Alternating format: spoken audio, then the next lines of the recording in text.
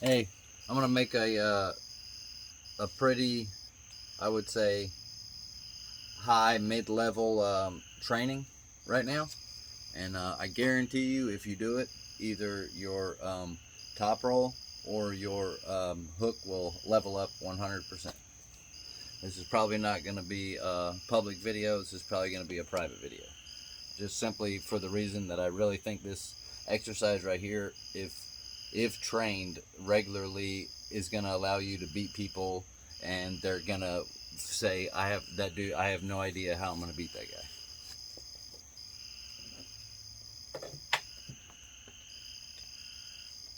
And the two of them go hand in hand. This is obviously way too far. So, well, I gotta charge it.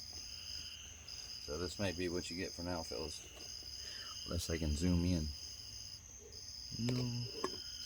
In this mode, you cannot zoom in or out. Okay. Fair enough. So, first one's gonna be rising. Okay, over the knuckles, right? But here's what you're gonna do. Okay, a lot of times, if you're protecting with your shoulder and somebody flops on you, basically what you're gonna have is riser, but your wrist is bent all the way as far as it goes, you see. But what you're gonna do is you're gonna point your knuckles out. You know, like if you were in the match and somebody was flopped over, it'd be like this. And then you're just gonna get this rotation movement here. And you can also lock and just drive sideways. But what you're gonna wanna get is shoulder protection here. I mean, you can do it out here too, don't get me wrong. And you can rotate out here too.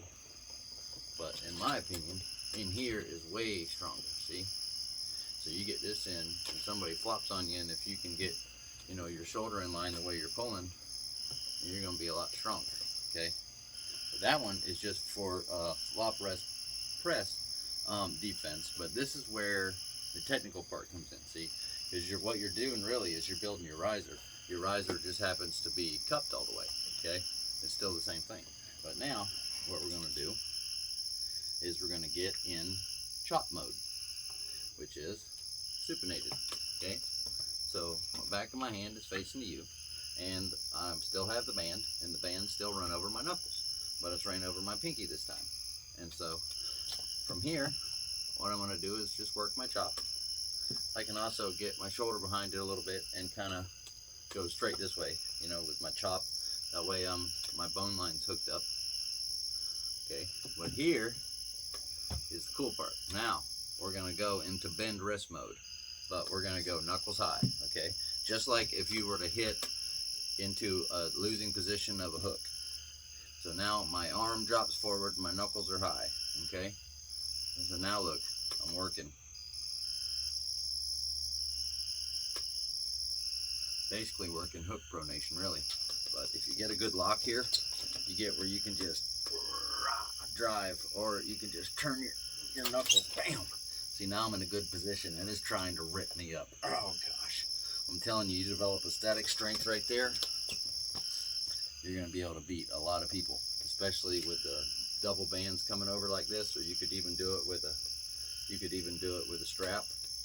And I'm telling you, if you just get to where that as soon as you like supinate into the hook, if you're just like bam, knuckles this way, and can't anybody turn you up like that, because whenever you hit in the hook, you're trying to drive them down by taking their arm and, you know, turning them up on their bicep. And so I'm telling you, if you get really strong where you can hook them in and just turn down like this, and they're gonna be like, you know,